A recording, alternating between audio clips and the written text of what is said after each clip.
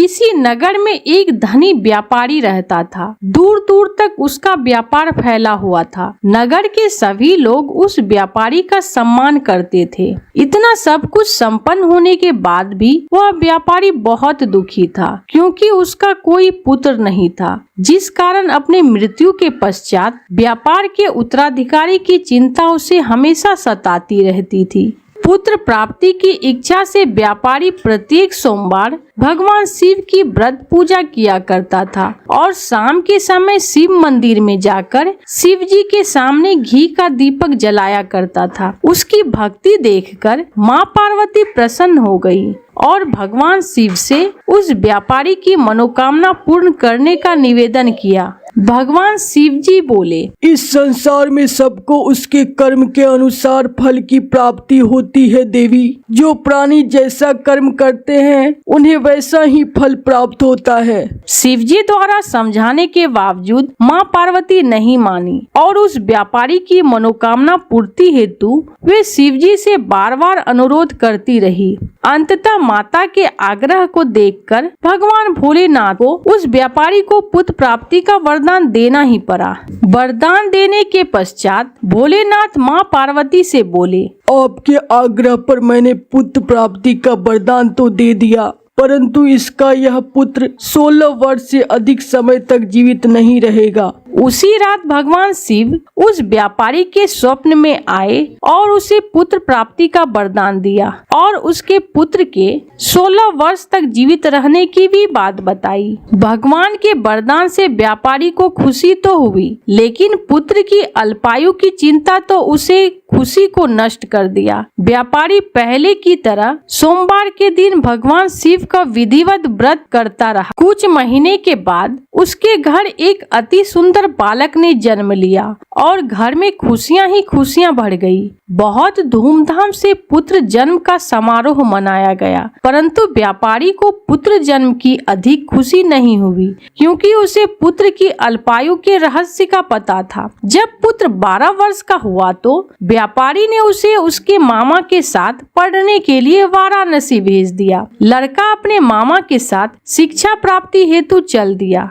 रास्ते में जहाँ भी मामा भांजे विश्राम हेतु रुकते, वहाँ यज्ञ करते और ब्राह्मणों को भोजन कराते। लंबी यात्रा के बाद मामा भांजे एक नगर में पहुँचे। उस दिन नगर के राजा की कन्या का विवाह था, जिस कारण पूरे नगर को सजाया गया था। निश्चित समय पर बारात आ गई, लेकिन वर का पिता अपने बेटे के एक आंख से काने होने के कारण बहुत चिंतित था। उसे भय था कि इस बात का पता चलने पर कहीं राजा विवाह से इनकार न कर दे, इससे उसकी बदनामी भी होगी। जब वर के पिता ने व्यापारी के पुत्र को देखा तो उसके मस्तिष्क में एक विचार आया। उसने सोचा, क्यों न इस लड़के को दूल्हा बनाकर राजकुमारी से विवाह करा दूं। विवाह के बाद इसको धन देकर विदा कर दूंगा और राजकुमारी को अपने नगर ले जाऊंगा। वर के पिता ने लड़के के मामा से इस संबंध में बात की। मामा ने धन मिलने के लालच में वर के पिता की बात स्वीकार कर ली। लड़के को दूल्हे का वस्त्र पहनाकर राजकुमारी से विवाह कर दिया गया। राजा ने बहुत सारा धन देकर राजकुमारी को विदा किया। शादी के बाद लड़का जब राजकुमारी के साथ लौट रहा था तो वह सच नहीं छिपा सका और उसने राजकुमारी के ओढ़नी पर लिख दिया, राजकुमारी तुम्हारा विवाह मेरे साथ हुआ था। मैं तो वाराणसी पढ़ने के लिए जा रहा हूँ और अब तुम्हें जिस नवयुवक की पत्नी बनना पड़ेगा वह काना है। जब राजकुमारी ने अपनी ओढ़नी पर लिखा हुआ पढ़ा तो उसने काने लड़के के साथ जाने से इनकार कर दिया। राजा को जब ये सब बातें पता लगी तो उसने राजकुमारी को महल में ही रख लिया। उधर लड़का अपने मामा के साथ वाराणसी पहुंच गया और गुरुकुल में पढ़ना शुरू कर दिया। जब उसकी आयु 16 वर्ष की हुई तो उसने यज्ञ किया। यज्ञ की समाप्ति पर ब्राह्मणों को भोजन कराया और खूब अन्य वस्त्र दान किए। रात को वह अपने शयन कक्ष में सो गया। शिव के वरदान के अनुसार शयनावस्था में ही उसके प्राण पैखुर उड़ गए। सूर्योदय पर मामा मृत भांजे को देखकर रोने पीटने लगा। आसपास के लोग भी एकत्र होकर दुख प्रकट करने लगे। लड़के के मामा के रोने बिलाप करने के स्वर समीप से गुजरते हुए भगवान शिव और माता पार्वती जी ने भी सुने। माता पार्वती ने भगवान से कहा, प्राणनाथ, मुझे इसके रोने के स्वर सहन नहीं हो रहे हैं। आप इस व्यक्ति के कष्ट को अवश्य दूर करें। भगवान शिव ने माता पार्वती के साथ अदृश्य रूप में समीप जाकर देखा तो भोलेनाथ माता पार्वती से बोले,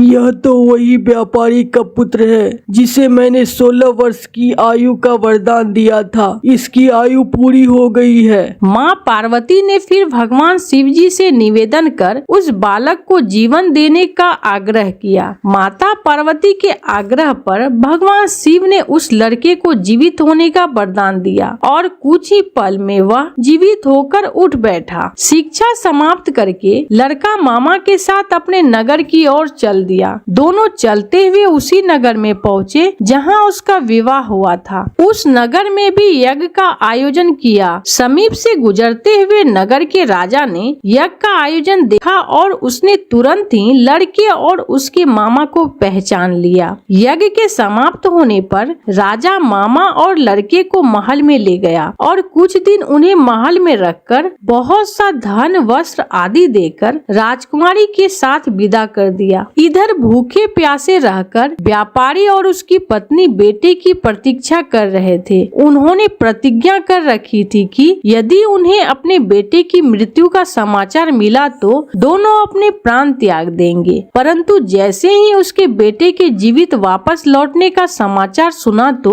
वह बहुत प्रसन्न हुआ। वह अपनी पत्नी और मित्रों के साथ नगर के द्वार पर पहुंचा। अपने बेटे के विवाह का समाचार सुनकर पुत्र वधू राजकुमारी को देखकर उसकी खुशी का ठिकाना न रहा। उसी रात भगवान शिव ने व्यापारी के स्वप्न में आकर कहा, हे श्रेष्ठी, मैंने तेरे सोमवार के व्रत करने और व्रत कथा सुनने से प्रसन्न होकर तेरे पुत्र को लंबी आयु प्रदान की है। पुत्र की लंबी आयु जानकर व्यापारी बहुत प्रसन्न हुआ। शिव भक्त होने तथा सोमवार का व्रत करने से व्यापारी की सभी मनोकामनाएं पूर्ण हुई। इसी प्रकार जो भक्त सोमवार का विधिवत व्रत करते हैं और व्रत कथा सुनते हैं उनकी सभी इच्छाएं पूर्ण होती है। गाय ने केला देकर मुंह मोड़ लिया। महिला ने गाय के सामने जाकर फिर उनके मुंह में केला देना चाहा, लेकिन गाय ने केला नहीं खाया। परंतु वह महिला केला खिलाने के लिए पीछे ही पड़ गई। जब महिला नहीं मानी तो गाय ने सींग से मारने का अभिनय किया। तब महिला डरकर बिना केला खिलाए चली गई। महिला के जाने के बाद पास में खड़े सांड ने पूछा,